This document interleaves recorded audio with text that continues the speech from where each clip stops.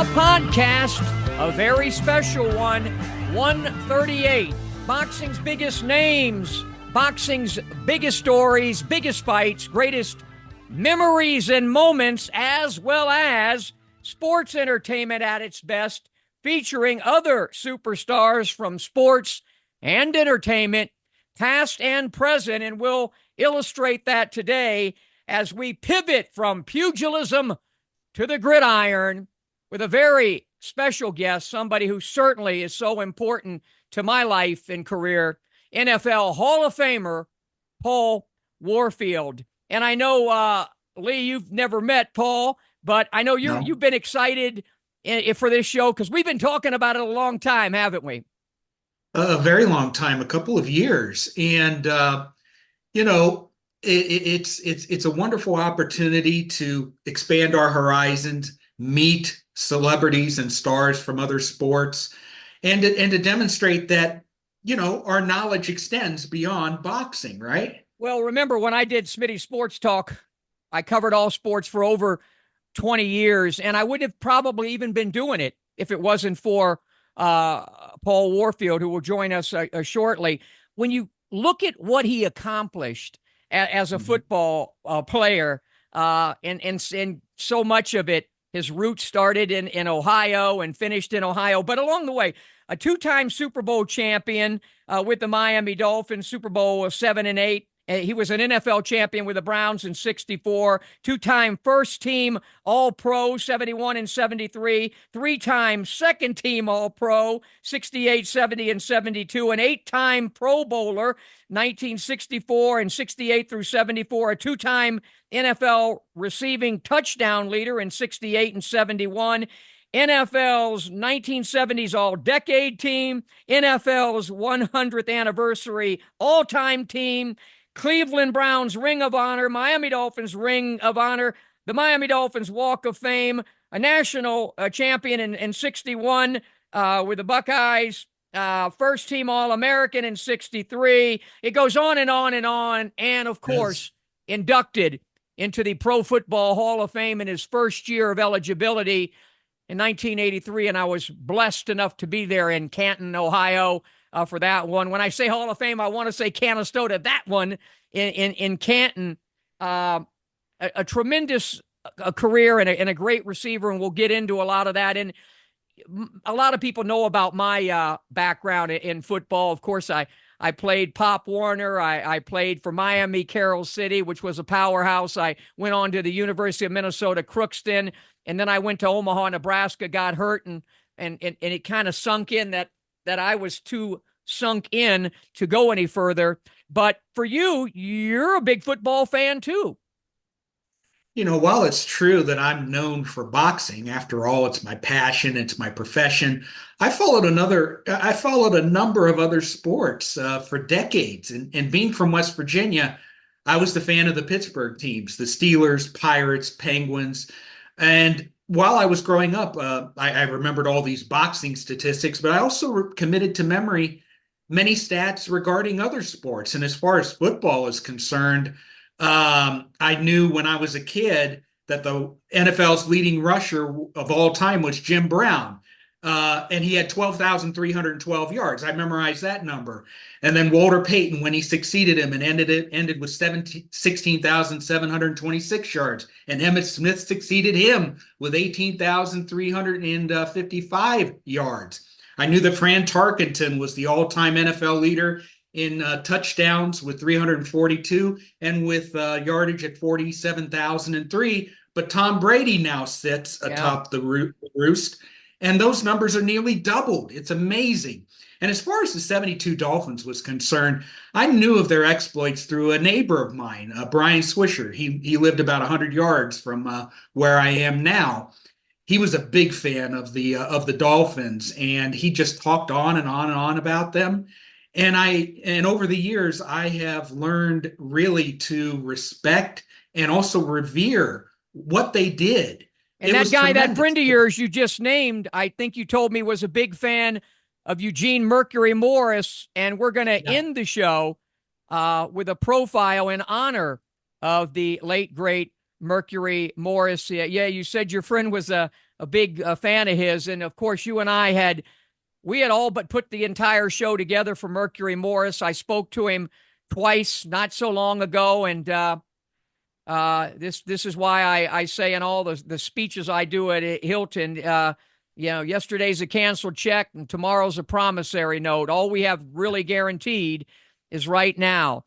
And right now, we're going to go to a commercial break. And when we return, it's NFL Hall of Famer, my friend and mentor, Paul Warfield, right after this. I got two options. Option one, I can accept defeat. Option two, I can get up. I can get tougher. I can get faster. I can get stronger. And then I go get mine.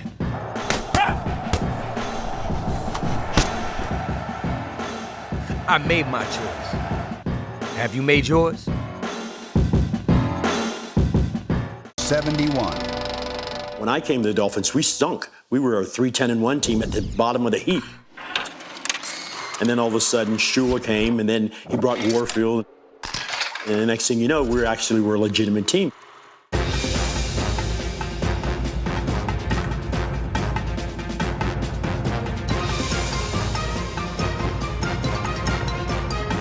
We didn't realize how incredible Warfield was until we saw him in practice. Because that's what you get to see. A guy who's not just going out to beat another guy, but calculating a way in which to make this guy buy something that he's not selling. I came from the Cleveland Browns system. It was greatly advanced in terms of the theory in pass pattern execution and pass pattern running, even though the Browns during that era employed great running backs. They had great theoretical ideas about how to throw the football vertically downfield.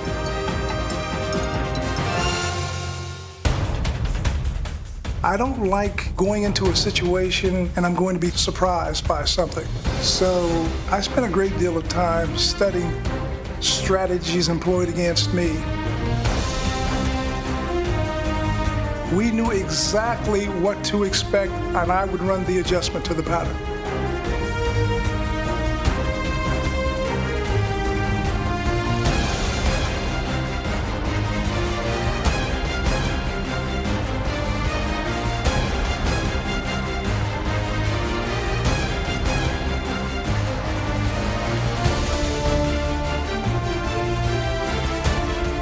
From 1964 through 69, Paul Warfield was the NFL's most dangerous receiving target.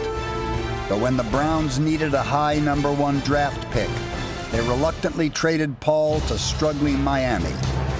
The deal made the Dolphins instant Super Bowl contenders. Many a time I would see Paul count his steps, and as soon as he saw this guy commit to one of the steps that he gave him, he would turn the other way. That's why when you look at films, you see Paul by himself, because the other guy is still back there wondering what the hell happened just then. His uniform was always clean. In other words, he didn't get banged around too much, and he was always off the ground. Every catch that he made, it seemed like he always went up and got it just before the ball was supposed to be coming down. He would go up and get it and leave that defender.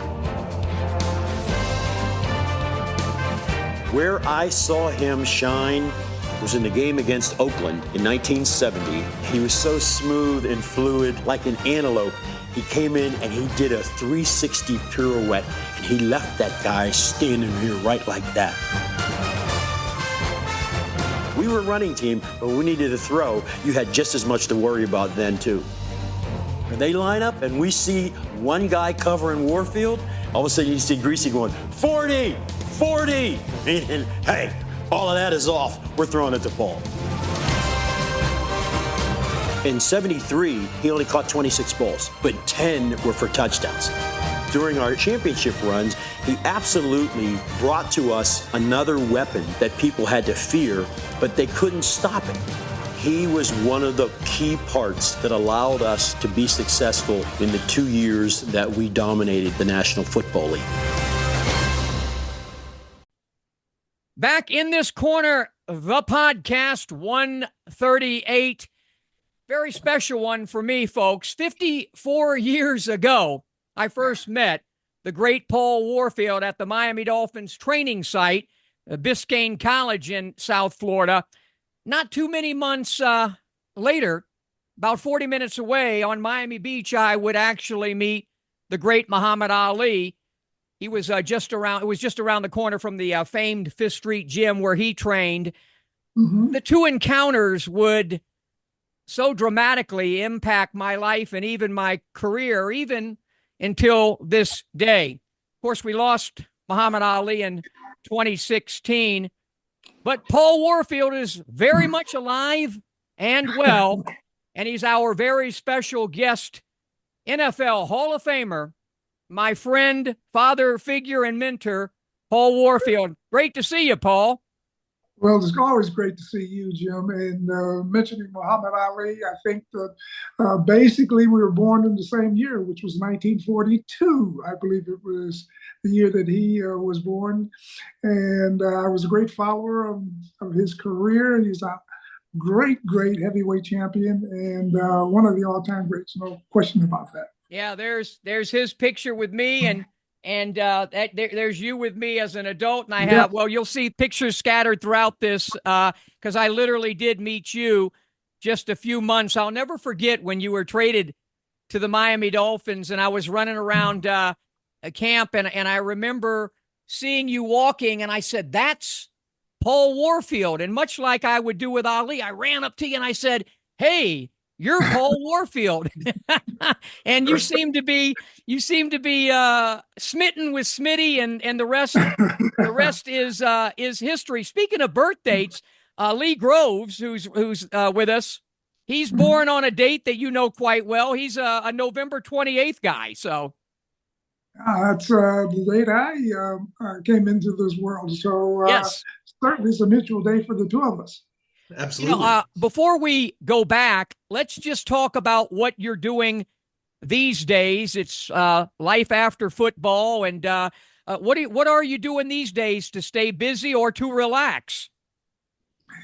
Well, unfortunately, Jim, for the past year and a half, I've been in recovery from the illness, and unfortunately, I had a stroke that sidelined me, and so I'm still seeing therapists, I'm still seeing doctors, and I'm still seeing individuals who are working with me in terms of my rehabilitation. Well, in the conversations that we've had, certainly you seem to be, on the road to recovery. I'm going to flip it to Lee Groves. He mapped out some phenomenal questions, and so go ahead, Lee. All right. So during your Hall of Fame speech, you told a story about a pivotal moment in your football life that involved your presenter, Gene Slaughter, who was your coach at the time. It was the second game of your high school career, and you said it represented a crossroads in terms of you deciding whether you wanted to play football at all. Explain. Well, if I can remember that, that's been some time ago, but basically, yes, I was a multiple sports performer as a scholastic athlete. I also played basketball and was involved in track and field and also baseball. And baseball had always been my favorite sport. And I was leaning more towards baseball than any of the others. Of course, track and field was a sport that I enjoyed very much, but baseball particularly because my uncle was a baseball player, and he played in the famous old Negro leagues years and years and years ago. And when I became interested in baseball as an adolescent, he spent a lot of time in working with me to develop whatever skills that I had at that point. So I was kind of at a crossroads at that point in high school. Football had been okay, but nothing special. However, I was leaning more and more towards football, as a matter of fact, because of Gene Slaughter. The way the story played out, in the first game, you had a lot of bumps and bruises. Yes. And you were sore, and you weren't sure whether you really wanted to continue in this game because baseball's less punishing. But then in the second game, your coach called several plays that went in your direction, and you played very, very well. And I think, and you can confirm this for me, that's when you realized that football was going to be your sport. Is that, did I say that correctly? Well, I realized at that point that I could play football, and also realized that I could make a valuable contribution because of that game that we're talking about.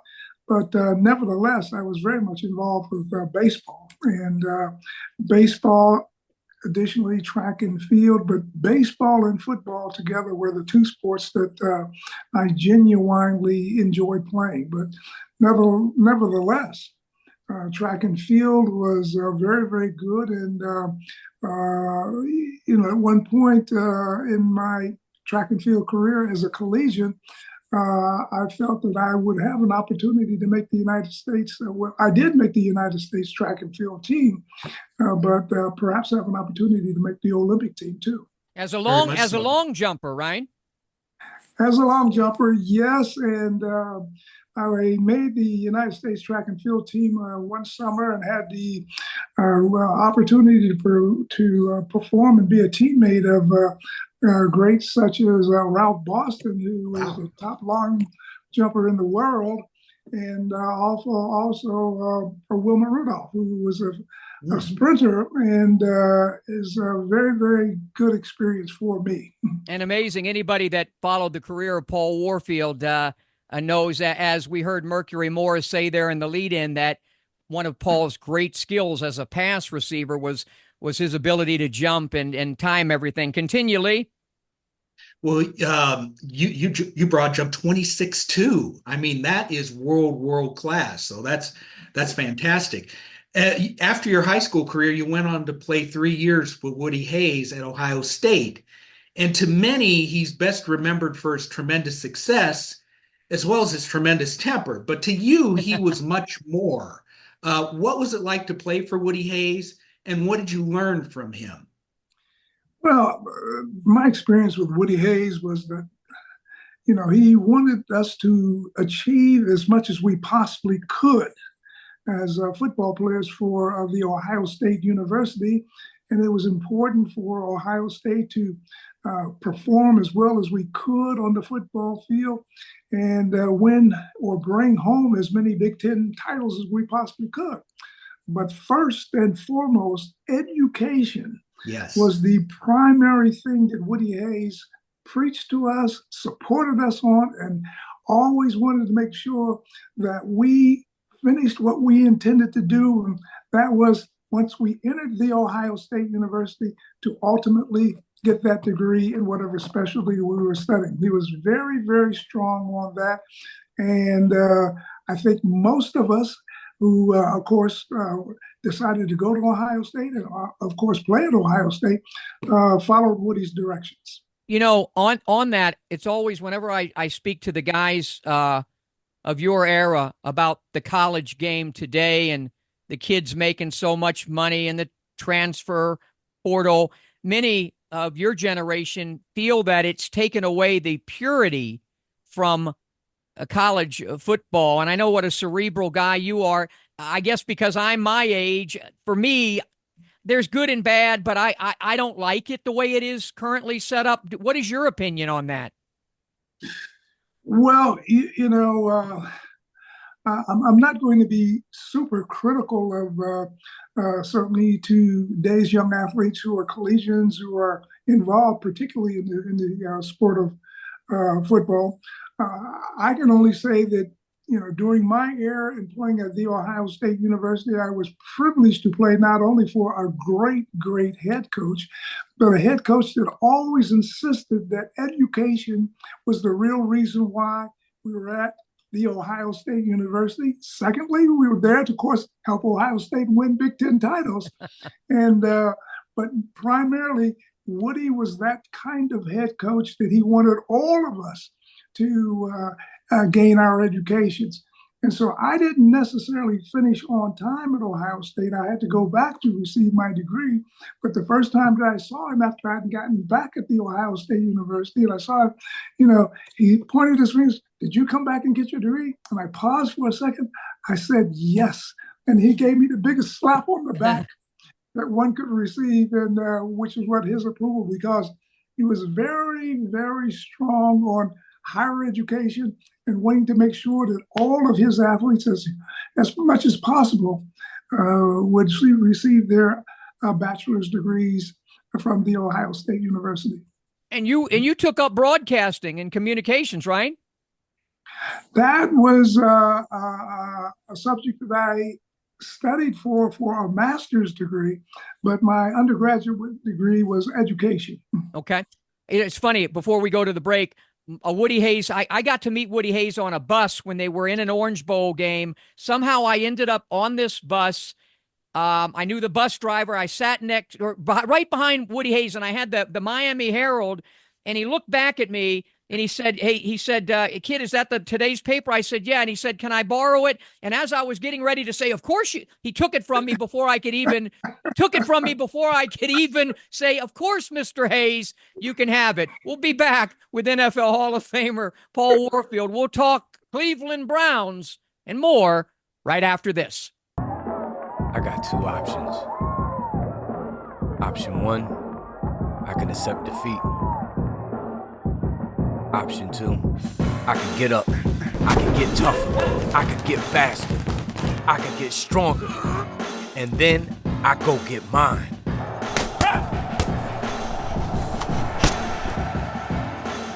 I made my choice. Have you made yours? Back in this corner of the podcast with the great Hall of Fame wide receiver, Paul Warfield, Warren, Ohio, Warren Harding High, Ohio State. It's only quite natural that he would be drafted in the first round by the Cleveland Browns. Is it true that you were also drafted by Buffalo in the AFL? At that time, there were two leagues in pro football. Within, I guess, a period of about 3 years of that time, 2 to 3 years of that time, I can't recall the exact date, the leagues would merge and converge to one National Football League. But yes, the Buffalo Bills drafted me as a defensive cornerback, as a matter of fact, specifically.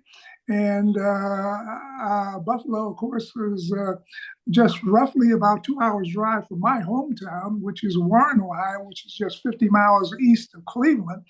And I gave it consideration, but the Cleveland Browns were the team that I followed as a youngster, and they were one of my favorite teams in pro football, although the Buffalo Bills in Buffalo was roughly just maybe 2.5 to 3 hours maximally away from my hometown, so it wasn't that far away. But nevertheless, I was a Browns fan as a youngster growing up and followed all of their great players, starting from Otto Graham to Jim Brown. And of course, in my first couple of years with the Browns, I had an opportunity to play with the great running back, Jim Brown. Yeah. Oh, Cleveland would have gone crazy had you gone to Buffalo, as they did go crazy when you left. We'll get to that as Lee picks it up with some conversation about your Cleveland Brown years. You were a star running back at Ohio State, but in Cleveland, and as the story goes, based on the first play you ran against a defender during a preseason workout, Coach Blanton Collier decided you were going to be a receiver. Tell us that story. Well, I'm glad that Coach Collier made that decision. After all, the running backs in the National Football League average over 200 pounds, not necessarily under or 200 pounds to a certain extent. And I played with the phenomenal Jim Brown, of course, for 2 seasons of my career. And he was a man who stood roughly about 6 foot 2 inches tall and close to 230 pounds, just complete muscle, and all the phenomenal things that appeared to viewers and fans as they saw him perform. he was capable of doing, and he had great power, speed. He had all of the necessary ingredients. And I was a 180-pound professional football athlete at best, and I don't think 180 pounds would be able to stand up against many of the 200-pounders and 230-pounders such as Jim Brown. Wow. And in your rookie season, you caught what would be a career-high 52 passes. You caught 9 touchdowns, and you made the first of your 8 Pro Bowl teams. Was there a game or a play in which you knew that you could excel at the NFL level? Well, I had a great teacher who was helping me to make the transition. I was a running back in collegiate football and a defensive back, and a lot of people were thinking of me primarily as a defensive back. I was elated that the Browns were going to give me a chance to play offensive football in the National Football League as a pass receiver. And one of the things that they did for me was they asked their former great player, Ray Renfro, to come back and be my teacher, really, for about 3 weeks. And during that 3-week period, Ray provided for me all of the information. We walked through drills. We trotted them through them together. And he really gave me all of the information, but not only that, that made him successful as a pass receiver. And I never violated from those theories that he taught me in terms of pass pattern execution and route running. And it turned out to be very, very helpful to me during my career. You know, and here's a stat that should give the audience an idea of how explosive you were. In your 13-year career, you averaged 20.1 yards per catch, and that is still the highest ever for receivers who caught at least 300 passes in the NFL. Given that, it seems odd that you had many seasons in which you caught less than 40 passes. Many of today's receivers wouldn't put up with that. How were you able to put up with that?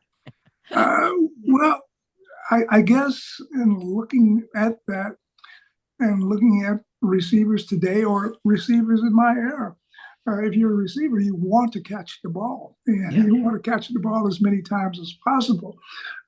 Cleveland's running attack featured 2 great Hall of Fame runners that I played with. Of course, the incomparable Jim Brown was there, and I played with him for 2 seasons. Leroy Kelly came along. Leroy Kelly, yeah.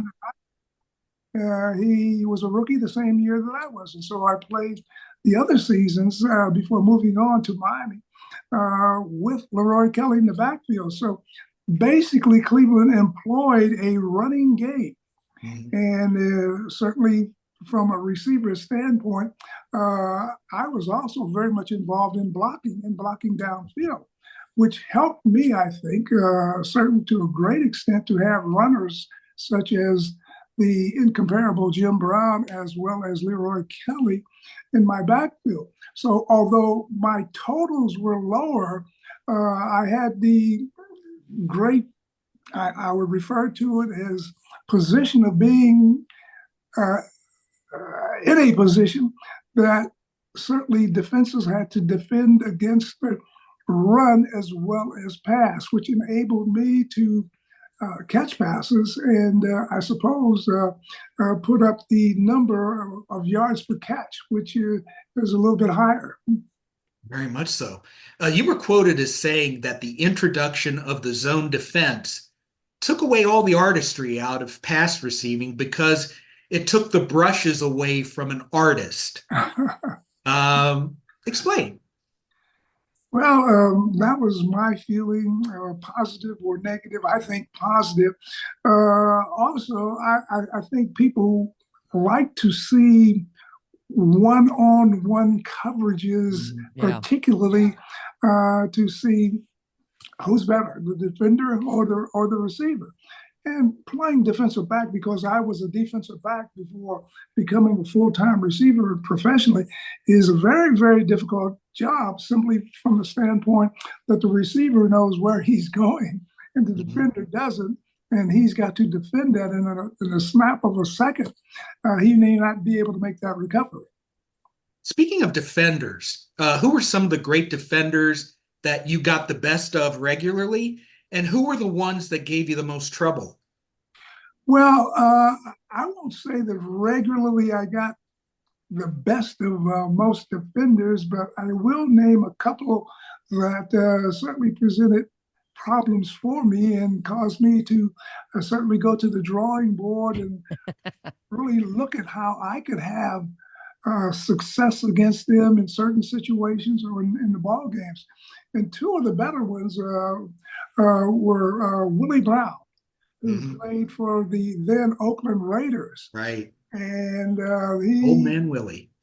He was a very, very tough defender who played in a scheme that was utilized by the Raiders that was called they called it the bump and run, in which he would come right up into a receiver's face and jam that receiver and punch him. Well, not punch him with a fist. Yeah, sometimes. Sometimes they did. Punch with his hands on the shoulders and so forth. It was very difficult to maneuver against. And also Mel Blount, who played for the Pittsburgh Steelers. He was taller than most defensive backs. He was around 6'4.5", and certainly taller by more than 2 inches than I. And he had the ability to come up and play, as did Willie Brown, in what was called a bump and run kind of coverage. He had long arms, he had great mobility, and he proved to be exceedingly difficult to get around and to get into a pattern. Very, very much so. In fact, I think when they loosened the rules as far as defense was concerned, they called it the Mel Blount rule because Mel Blount was so good at it. Yeah. Well, Pittsburgh had a great, great defensive team around that period of time. And of course, he was one of the leading players of that great defensive team and a corner that really specialized in coverage. But they had great defensive players, not only Mel Blount, but I'm thinking Jack Lambert, who played their middle linebacker, Jack Ham, who also was a great linebacker, and they were just a phenomenal defensive team, and there's no question about that. And one other individual I'm not naming, their great defensive tackle, who was Mean Joe. Well, yeah, L.C. Greenwood, Mean Joe, the Steel Curtain defense. I mean, that was my team growing up. They had a great, great defense, and I know that I was speaking to Joe Green one day, and so I used the term Mean Joe, and he corrected me. He says, "It's Joe. It's not Mean Joe." All right, we're gonna take a break and come back and get to the Miami Dolphin years, which just makes me feel good. I got the Dolphin banner here. I got the picture of Paul and I there. We'll take a break, come back with more. We're chatting with NFL Hall of Famer, the great Paul Warfield, back with more right after this. I got two options. Option one, I can accept defeat. Option two, I can get up. I can get tougher. I can get faster. I can get stronger. And then I go get mine.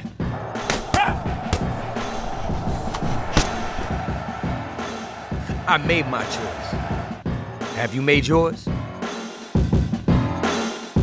Back in this corner of the podcast, chatting with, I was writing some things down, and when I talk about Paul, I always regard you as the most strategic, calculated, sophisticated pass receiver of all times, and that goes for any of the damn guys out there today.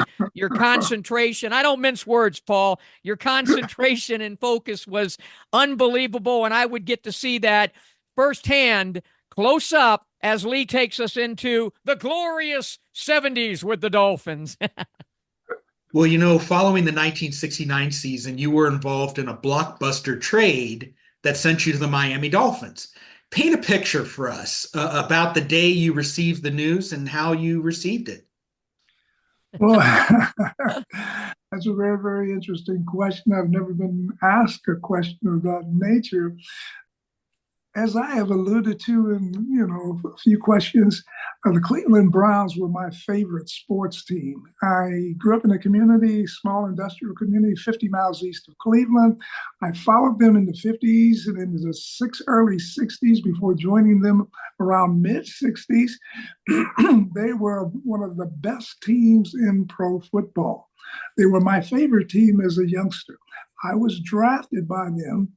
And then I started my career with them, and my career was going along pretty good. And then whammo, I get a call one day and I was going to be traded. Right. And that was just a very disappointing message that I heard.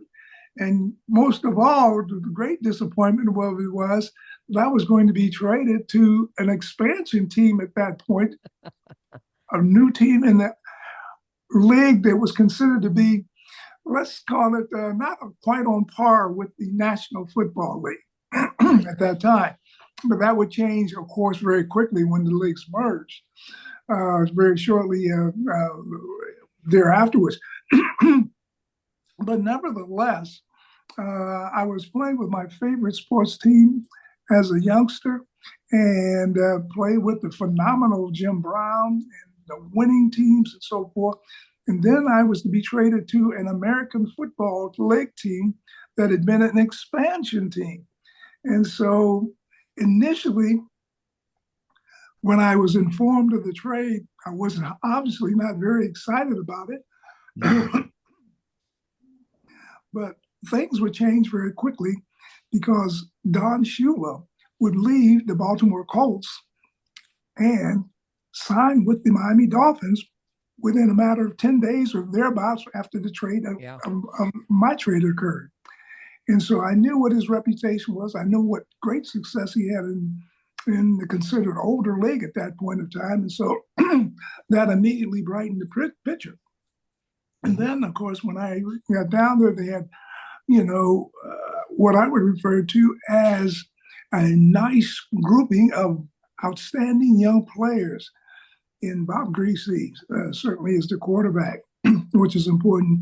Larry Zonka and his running mate Jim Kick, Nick Bonacani, all of these players who had certainly in that very short period of time that Miami was an expansion franchise in the American Football League, had proven that they were outstanding players in the AFL.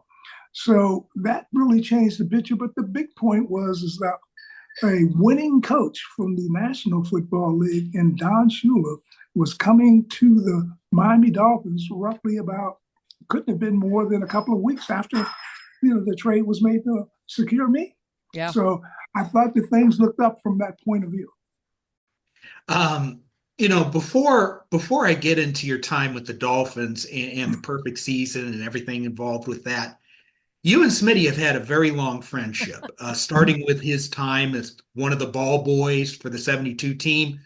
What was it about our friend Smitty that sparked that friendship, and how have you been able to sustain it for all these years? That's a loaded question. Well, interestingly enough, Jimmy Smith was the very bright spot for me in Miami. It was interesting, when I finally came into training camp, I was a little late getting to training camp, but when I finally arrived at training camp, this youngster who was seemingly everywhere on the premises at the Miami Dolphins training camp just boldly came up and approached me and introduced himself, and we became friends instantaneously from that point on. Yeah, wow. And Lee, as you know, Paul, I wouldn't leave him alone. I had carte blanche. I could go hang out in his room, much to the disdain of Bob Greasy, who said I never shut up. But Paul had a television show, and he was the first one to put me on his television show on Channel 51 a few times. I actually still got a copy of a check. For the second appearance, I was paid $50 for going on the show with Paul. So Paul helped launched my radio and television career, and I think it was a situation where he said, you should go into broadcasting because you never shut up. I don't think he said it that way, but that's probably what he meant. As I'll let you continue, Lee. You played under Woody Hayes, who is one of history's greatest college coaches, and you played under Don Shula, who is one of the greatest pro football coaches. How are they similar and how are they different? Well, I think the similarities is they could be demanding, but that was to be expected. I mean, football is that kind of game that I'd always played for coaches who were demanding and insistent, starting from junior high school through high school and, of course, in college at the Ohio State University. That's understandable, but understanding and using that term, understandable and understanding, although demanding, they were understanding. And so I was never asked, as any of my teammates, to do something that I couldn't do or couldn't perform at. They were certainly encouraging, but they certainly had expectations, and all of the athletes were to live up to those expectations. And certainly I enjoyed, certainly playing for a coach who was highly successful, who overnight came into Miami and turned a expansion losing franchise into the best franchise in the National Football League. Absolutely. What's your best Don Shula story? Well, I don't know if I have a best story about, or just a good one. Well, I just certainly had tremendous respect for him and his ability to pull things together. And he was a great coach with the Baltimore Colts at that time. And he was highly successful in the National Football League, in the old National Football League, but in the merger and coming in and taking an expansion team. Mm-hmm. And the Miami Dolphins in overnight, turning them into a winning team, and in the second year, a team that goes to the Super Bowl, and in the third year, a team that establishes a record of 17 wins and, of course, no defeats, and the undefeated season that stands to this very day and will stand at all time because, maybe they may add more games, but if you're undefeated, you're undefeated. Absolutely. And I want to talk about the catalyst for that, Paul, because my last conversation with Mercury Morris, I talked about it. I was in the locker room that day when they watched, I think it was an 8mm, projector, and they showed the Dallas Cowboy loss in Super Bowl VI, and I remember Don giving a speech about how does this feel, and do you think that speech that Shula said that day, and you guys having to sit in there in that room and watch that demoralizing loss to the Cowboys, that's really when I saw a shift, and it just seemed like that winning or getting to the Super Bowl didn't mean a damn thing without ultimately winning it. Well, getting to the big game is very, very important. But if you don't, one or if a team fails to accomplish their objective, which is to win, that it must be or should be a big frustration. The best way I can say is big frustration experience. To work as hard as a team works to get there, and then to unfortunately not win that ball game. So we tasted defeat at the hands of the Dallas Cowboys, and they certainly outplayed us. And the sting of that defeat, I think, really registered as far as our ball club was concerned. We were a young ball club, and in a short period of time of 3 years, we had accomplished a lot. But, until you win the maximum prize, just going to the Super Bowl, that's nothing. You got to win. And so certainly, Shula had that previous experience. It was first experience for me, but I played in certainly a couple of championship games beforehand. I played in 2 with the Cleveland Browns, in which We were winners and won in defeating a Don Shula team, as a matter of fact, in the Baltimore Colts. But the following year, we lost to the great Vince Lombardi and the Green Bay Packers, and that's why I knew what defeat was in the championship game. Fortunately, those members of that ball club, they felt, I guess, the same things that I experienced years ago in losing to the Packers, because they or my teammates wanted to prove the following year that we were a better football team than what we had shown that day against the Dallas Cowboys. And then I should say, voila, 17-0 occurs. I mean, a phenomenal feat to go undefeated in an entire season. But the commitment on the part of not only the staff, but the players was to get back to the Super Bowl to prove that we were capable of being the best in the National Football League. And by the way, Lee, my Shula story is that he yelled at me, "Kid, turn off the lights." And then he yelled, "Kid, turn on the damn lights." Me flipping that light switch had a lot to do with 17-0 as we go to a break. A couple of more minutes with the great Paul Warfield right after this. I got two options. Option one, I can accept defeat. Option two, I can get up. I can get tougher. I can get faster. I can get stronger. And then I go get mine.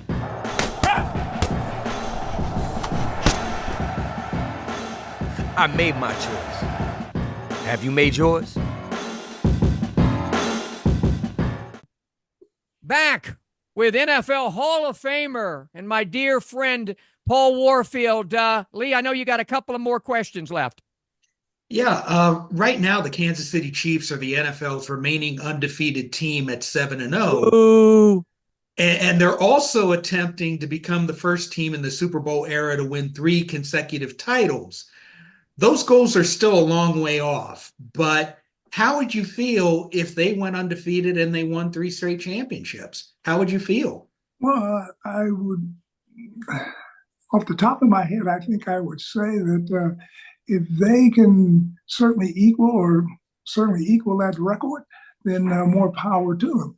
I know that we were a team that was committed to come back to win because we were defeated by the Dallas Cowboys. And subsequently, after being defeated by the Dallas Cowboys, it was immediately said that they were just another old AFL football team representing the then defunct American Football League. Well, I played in the National Football League. I played against Dallas Cowboy teams, and we had beaten Dallas Cowboy teams. That team that I played for, the Miami Dolphins, was a young football team, and we didn't get it done that day. But that defeat, I think, helped project us, and not only project us, but help to drive us give us that enthusiasm to do all that we needed to do. And what did we do? Yes, we came back to win a Super Bowl the following year, but we also did it in a style that no other team in the history of the National Football League has done, at least up to this point, and that is to go through an undefeated season. Yeah. And of course, you, Zonka, and Kick bolted to the World Football League in 1975. That only lasted 1 year. But then you returned to the Cleveland Browns, and you played your final 2 seasons with them. You added 56 catches and 864 yards to your career totals. How good was it to come home, and what prompted your decision to retire? Well, I felt like the Cleveland Browns were a team in an organization that was still considered a top team in pro football, but had not certainly risen to the heights that had previously risen to during the 60s when I was with the organization. So I wanted to come back and be with the Browns. The Browns were certainly, as a youngster, for me, a favorite team. My hometown was just 50 miles east of Cleveland. And they had a good young team, and I wanted to be as helpful as I possibly could in terms of helping them to regain some stature. And so for the next couple of years that I played in the National Football League, I played for a team that was my kind of favorite team as a youngster. growing up, and a team that I wanted to hopefully help get back to the top. Yeah. You know, you finished the career 427 receptions, 8,565 yards, that tremendous record-setting 20.3 average, 85 touchdowns, an 86-yarder along the way. First ballot NFL Hall of Famer. I was blessed that you invited me, and I was there for that. What did that mean to be up there in Canton, not just hop, skip, and a jump, basically from where you're from, being inducted into the Pro Football Hall of Fame? What did that mean to you? Well, you know, there are numerous great players that I had followed during my career and previous to my career in the National Football League. And I was just totally honored to be selected to join the ranks of those who had played in the league for so many years and considered the top players of the league. I mean, great organizations, great teams, certainly, and great football players. And, you know, to be included in one with a teammates such as, well, Jim Brown was my personal teammate, but I knew the late Marion Motley as well. And Marion Motley and Paul Brown and all of those great Brown players, Otto Graham, to be included with those great Cleveland Browns, but to be included with all of the great players around the National Football League and all the other areas.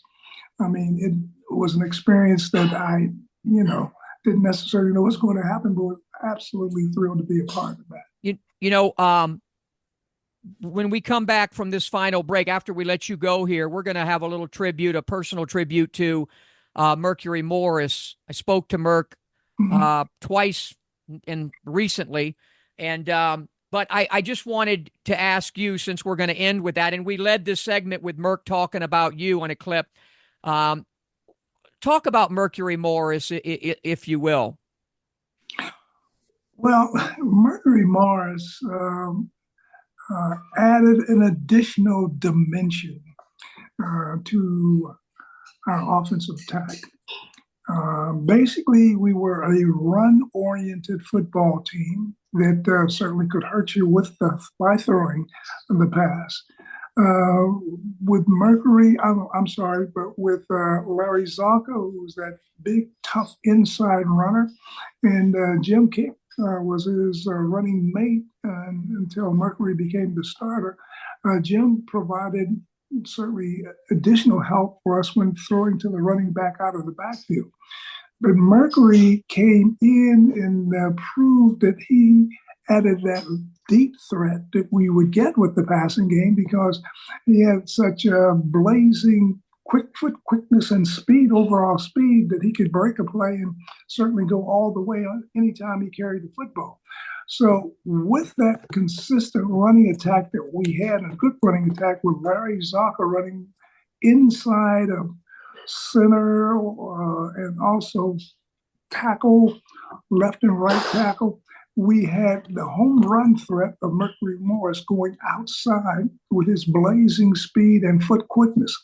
And it enabled our offense to become even more effective because we could control the time on the clock and flow of the game by running the football. And of course, we had a passing attack that could hurt teams also significantly. But to have that kind of control, the year that we won a title, when I say we, and I'm talking about the Cleveland Browns, we had the incomparable Jim Brown. He could control the flow of the game with his running alone, and he did.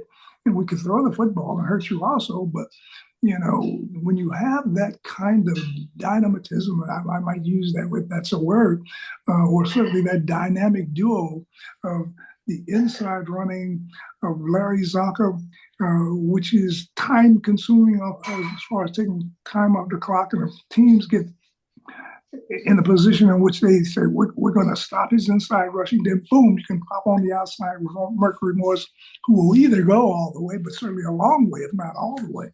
And it proved to be such dynamism, if I can use that word, if it's a correct word, to have an attack that can control the flow, the time on the clock by running inside, going outside, and then, of course, hitting you with the pass. Mm-hmm. Yeah, and I want to mention to the and Mercury's told me this story more than once. I had him on while he was incarcerated when he went through some difficult times in his life. And he said, Paul was the only Miami Dolphin to pay him a visit. And that meant a lot to Mercury Morris, speaks to the kind of person Paul is. And that brings me to my final question. How does Paul Warfield want to be remembered as an NFL football player and, more importantly, as a man? Well, as a football player, I'd just like to be considered a contributor to two organizations that had great success. And starting first with the Cleveland Browns and playing with great players in that organization. Certainly in my very first year in the league, I played with a championship organization. Mm-hmm. And we won the then NFL title when there were two leagues, AFL and NFL title. And then secondly, and I played with great players, certainly, with the Cleveland Browns. And then secondly, to join the Miami Dolphins when they were an expansion team out of the old American Football League. And all of a sudden, with the coming of Don Shula at the same time that I happened to arrive down there, Don Shula turned that expansion football team and not a contender into not only a two-time Super Bowl champion, but the only team in the history of pro football to go undefeated. Well, I'll answer the part as a man. I wouldn't be the man. Well, my mother likes to say everything good about you really comes from Paul Warfield. My mother used to do this thing every time I would do anything a little bit edgy. What would Paul Warfield think, Jimmy? That would get me in line. And all kidding aside, I wouldn't be where I am and who I am if it wasn't for who you are. And so it's always been one of the great pleasures in my life to call you my friend. Well, I too see that as a great, great pleasure. Certainly, I was new to Miami, the football team, the community, and so forth, and trying to find my way. And you're there being at my side, and even though you were instrumental in pushing your way into my I greatly appreciated seeing you on a daily basis, and your enthusiasm not only was helpful to me, but helpful to the Miami Dolphin team and organization as a whole, because all of the players on the football team appreciated you as much as I appreciated you all. And so you certainly earned a role in helping the Miami Dolphins do two successful Super Bowl championships and that wonderful undefeated season that we experienced. I'll take it. And I appreciate you, and we appreciate you, Lee and I, joining us for this lengthy interview here today. The great Paul Warfield. Thanks, Paul. Well, thank you, Jim, my friend. And thanks also to Lee, too. It was a pleasure to spend some time with the two of you. We're going to take a little break, a quick break. And speaking of quickness, we'll come back and talk about the legendary late, great Eugene Mercury Morris. We'll be back. I got two options. Option one, I can accept defeat. Option two, I can get up. I can get tougher. I can get faster. I can get stronger. And then I go get mine.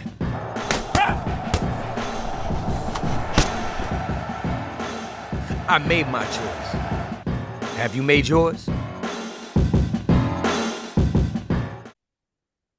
Back on In This Corner of the podcast. Wow, what a great time with the great Paul Warfield. We were going to have Paul on, earlier, as you know, but we waited, and we're going to tell you why. But first, I want to ask you a question, and I asked you this once before, Lee. Is your dentist too damn expensive?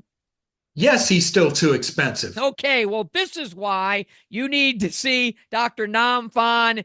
I know you have your pearly whites, but if you ever need any dental implants, he's the dental implant expert in Vegas. He's at 2121 East Flamingo Road, 702-637-9168, 702-637-9168. He's also located in New York.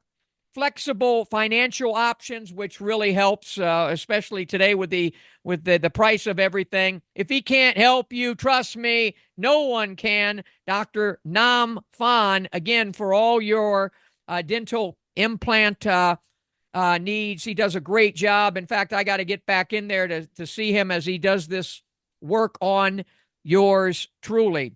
All right, from Dr. Phan, we go to our last segment, and we're going to talk a little bit about Eugene Mercury Morris.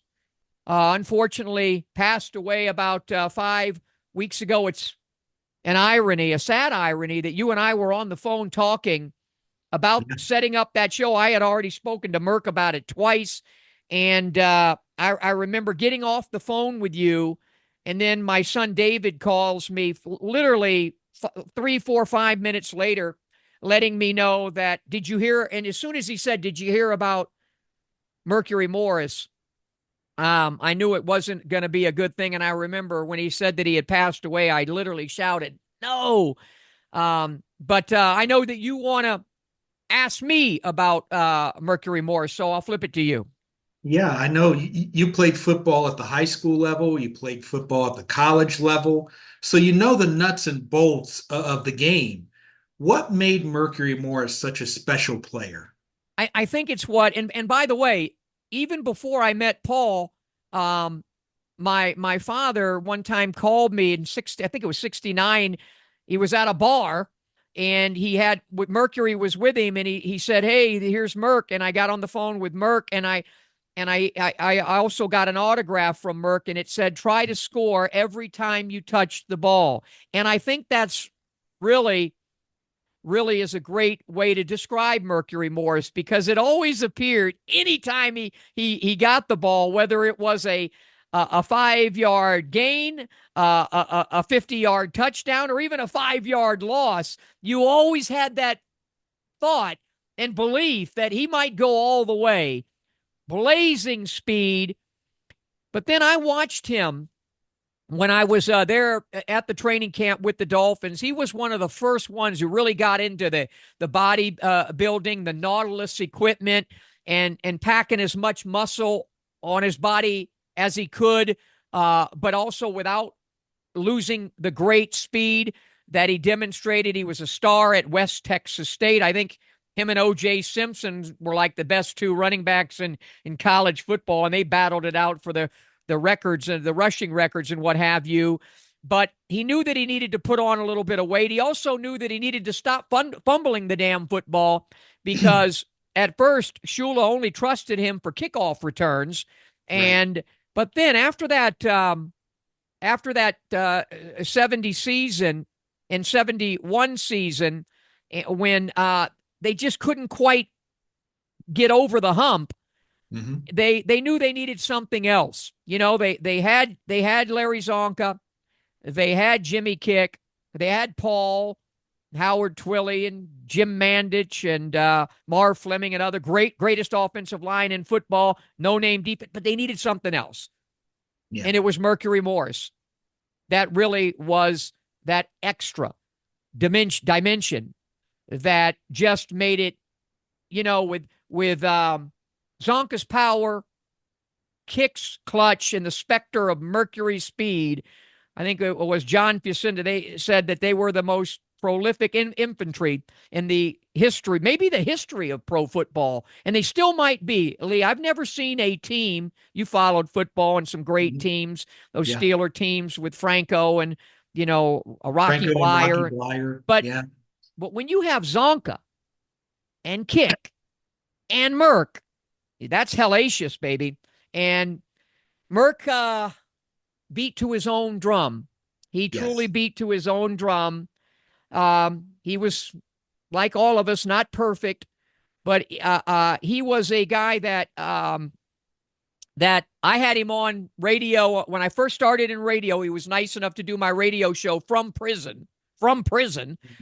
And then when I got out and I was trying to get into television, I remember shooting 2 pilots, one with Hank Aaron that Paul helped me with set up, and the other was with Eugene Mercury Morris at his house. And I so looked forward to having him on with us, and it wasn't to be. I really wanted to meet him. I've seen videos of him over the years and how well-spoken he was and how intelligent he was. There were a lot of questions that I wanted to ask of him. And one of them was, he was the mayor of Perfectville, right? And there is a clip in which he actually answers the question, how would he have felt if the Patriots of 2007 actually did? Do we have that clip? Yeah, we do have a clip. Are we going to play that clip? Yeah, we could. Well, let's just play it. Let's just play it right now. All right, let's do. This is the only time there is right now. This was founded in 1972. So you can't craft the conversation around 19 wins. You have to craft the conversation around the 0 at the end.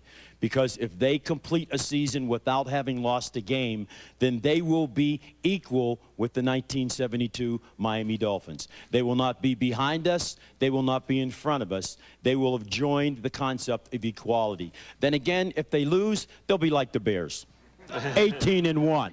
And that exactly was how I thought he might have answered that question. Very Mercury of him. You were a ball boy for the team. And because you maintained, like with Paul, you maintained that friendship with him for decades after. Describe him as a person, maybe something that people don't know about him. Loyal. He was loyal. He was very loyal to his friends. Larry Little loved him. And he was, Merc was people would think he was an egomaniac, but he was the ultimate teammate. I mean, he'd be the first guy hugging Jim Kick, when he would come off the field when he replaced Merc. And he was although he had a big ego, he was the ultimate team player. And when you think, and the one thing that's going to be sad for all of us, even, is that he was really the pitch man for the perfect season. And he remained the pitch man for the perfect season and the mayor of Perfectville, as you said, all the way. And so I think we'll all miss him. He was very loquacious and just he was, he kind of lived life like he ran the football with exuberance, flash, and panache. He was fun. And we'll miss Eugene Mercury Morris. We couldn't have him on live, but we miss you, Merc. And we want to thank Paul Warfield for being with us. Hopefully those of you younger folks and you boxing fans learned a little bit about somebody who is, in my opinion, I've been around a lot of great athletes. No athlete ever any better than the great NFL Hall of Famer, Paul Warfield. Thank you, Lee. Thank you, Smitty. So long, everybody.